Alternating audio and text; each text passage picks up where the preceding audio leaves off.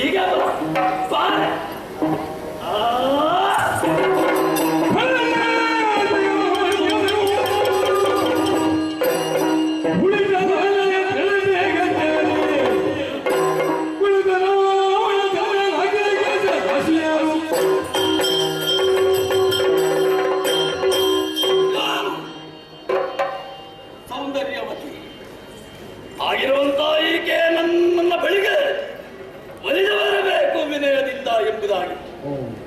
ವಿಧ ವಿಧ ರೀತಿಯಲ್ಲಿ ಹೊಗಳಿ ಮಾತನಾಡಿದೆ.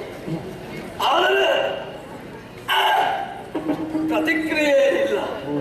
ಅವಗಳೇ ಪರೋಕ್ಷವಾಗಿ ರಾವಣೇಶ್ವರನಿಗೆ ಅಪಮಾನ. ಈ ರೀತಿಯಾಗಿ ಅಪಮಾನ ಆಯಿತು ಅಂತಾದರೆ ಬಿಟ್ಟು ಹೋಗುತ್ತದೆ ಅಂತ ಭಾವಿಸಿದೆಯಾ? ಬರುವುದಿಲ್ಲವೇ? ನನ್ನನ್ನು ತಿರಸ್ಕಾರ ಭಾವನೆಯಿಂದ ನೋಡುವಂತಹ ನಿನ್ನ ತರಬೇಕೈತೆ.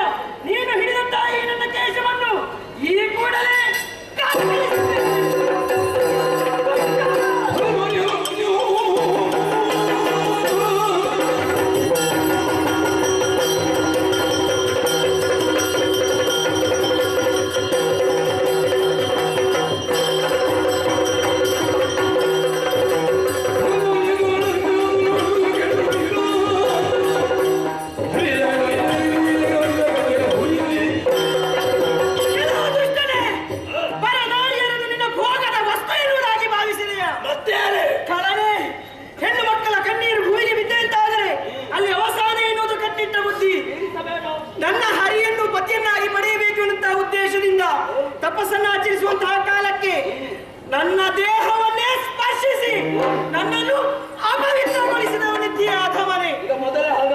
ಸರಿಯಾಗಿ ಕೇಳಿಸಿಕೋ, ಈ ದೇಹವನ್ನು ಹೊತ್ತು ನಾನು ವೈಕುಂಠವನ್ನು ಸೇರುವುದಕ್ಕೆ ಆಗುವುದಿಲ್ಲ. ಹಾಗಾಗಿ ನಿನ್ನ ಕಣ್ಣ ಮುಂಭಾಗದಲ್ಲಿಯೇ ನನ್ನ ಈ ದೇಹವನ್ನೇ ತ್ಯಾಗ ಮಾಡುತ್ತೇನೆ. ಮತ್ತೊಂದು ಜನ್ಮದಲ್ಲಿ ಹೆಣ್ಣಾಗಿ ಹುಟ್ಟಿ ಅಯೋನಿಗೆಯಾಗಿ ಹುಟ್ಟಿ ಶ್ರೀಹರಿಯನ್ನೇ ಪತಿಯನ್ನಾಗಿ ಬಿಡಿದುಕೊಂಡು ನಿನ್ನ ಸರ್ವನಾಶಕ್ಕೆ ನಾನೇ ಕಾರಣನಾಗುತ್ತೇನೆ. ಈ ಕೂಡಲೇ ನನ್ನ ದೇಹವನ್ನೇ ಅಗ್ನಿಗೆ ಅರ್ಪಿಸುತ್ತೇನೆ. ಉಳಿತಲ್ಲಿಂದ ಎದ್ರ ಜಾಗರುತ್ತೆ. ಅಗ್ನಿ ನನ್ನ ಕೆಲಸದ ಆಳು. ನಿನ್ನ ಅಗ್ನಿ ಯಾರಿಗೆ ಬೇಕು? ಅನವತರ ಶ್ರೀಹರಿಯನ್ನು ಪೂಜಿಸಿದ ಕಾರಣ ನನ್ನ ದೇಹದಲ್ಲಿಂಟು ಯೋಗಾಗ್ನಿ. ಆ ಯೋಗಾಗ್ನಿಯನ್ನೇ ಯೋಗ ಬಲದ ಮೂಲಕ ಹೊರಬರಿಸಿ ನಿನ್ನ ಕಣ್ಣ ಮುಂಭಾಗದಲ್ಲಿ ನನ್ನ ದೇಹವನ್ನೇ ತ್ಯಾಗ ಮಾಡುತ್ತೇನೆ.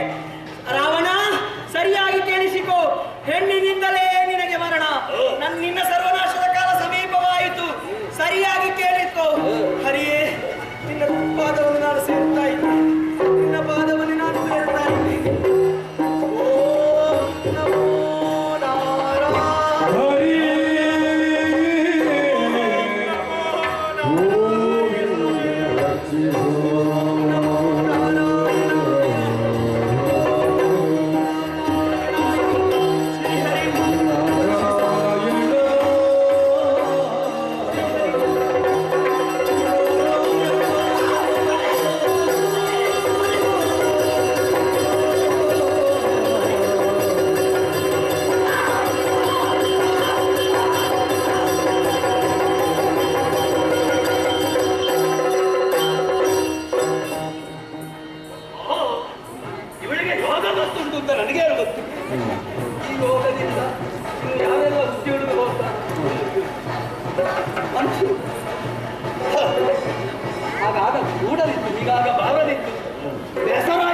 ಸ್ವಲ್ಪ ಒಳ್ಳೆ ಬೇಸರ ಆಯಿತು.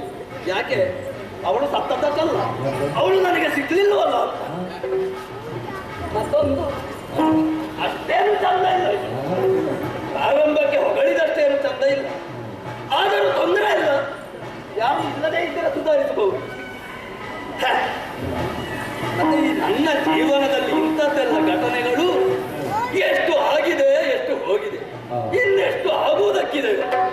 ಅದಕ್ಕೆಲ್ಲ ಹೆದರುವವನು ನಾನಲ್ಲ.